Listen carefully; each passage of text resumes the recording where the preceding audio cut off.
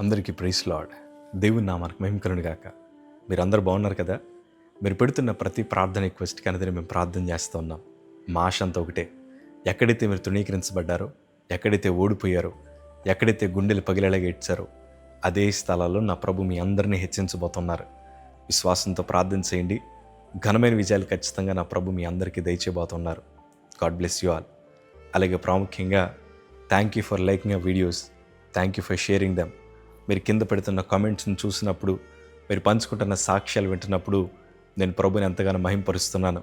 అలాగే కొంతమంది జీవితాలు ఎంతో క్లిష్టంగా ఉన్నాయి, అయినా కానీ మీరు ప్రభు మీద పెట్టుకున్న నమ్మకాన్ని బట్టి ఒక సేవకుడిగా నేను ఎంతగానో సంతోషిస్తూ ఉన్నాను. ఆ నమ్మకం పెట్టుకున్న మీ అందరినీ కూడా నా ప్రభు ఎప్పుడు విడిచిపెట్టే దేవుడు కాదు. ఈరోజు మీ బ్రతుకు ఒకలా ఉండొచ్చు, ఈరోజు మీరు అనుభవిస్తున్న బాధలు మీ కుటుంబాన్ని ఎంతో కలవరపరచవచ్చు, కానీ మీ విశ్వాసం, మీ నమ్మకం మీ కుటుంబాన్ని ఉన్నతమైన స్థితిలో పెట్టబోతోంది.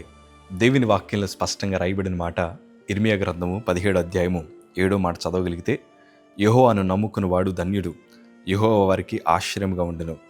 ఈరోజు ఈ వాగ్దానం మీ అందరి జీవితాలను నా ప్రభు నెరవేర్చుదురుగాక. ఎవరైతే ప్రభు మీద నమ్మకం పెట్టుకొని ఈ వీడియో చూస్తున్నారో, నా ప్రభు మీ అందరి పక్షాన నిలబడి ఉన్నారన్న సంగతి మీ జ్ఞాపకం చేస్తున్నాను.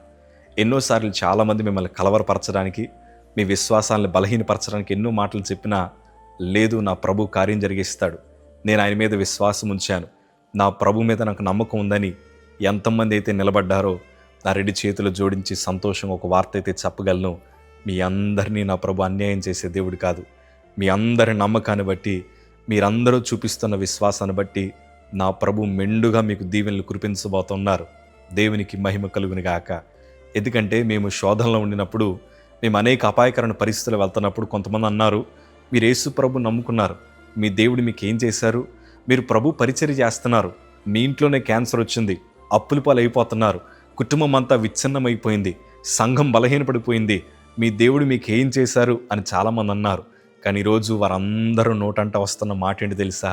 మీ దేవుడు ఉన్నాడు కాబట్టి మీ బ్రతుకులు ఎలా ఉన్నాయి, ఆ దేవుడు ప్రార్థన విన్నాడు కాబట్టి మీరు అందరూ ఇంత సంతోషంగా ఉన్నారని ఏ నోరైతే దూషించిందో, ఏ నోరైతే అవమానపరిచిందో అదే నోటులోంచి నా ప్రభు ఘనమైన సాక్ష్యాలు వినిపించారు. ఈరోజు నేను అంటాను, మీ బ్రతుకులు ఎప్పుడు అన్యాయంగా పోవు, మీ కన్నీరు ఎప్పుడు వృధాగా పోదు.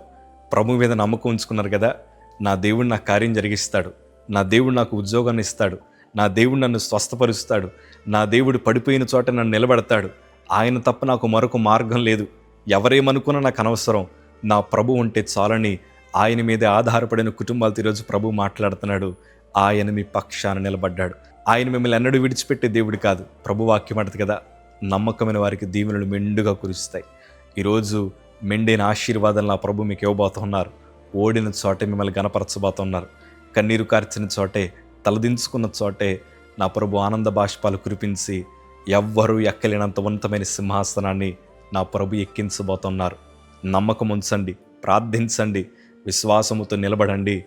దేవుడు మీ పక్షాన కార్యం జరిగించబోతున్నాడు. God bless you.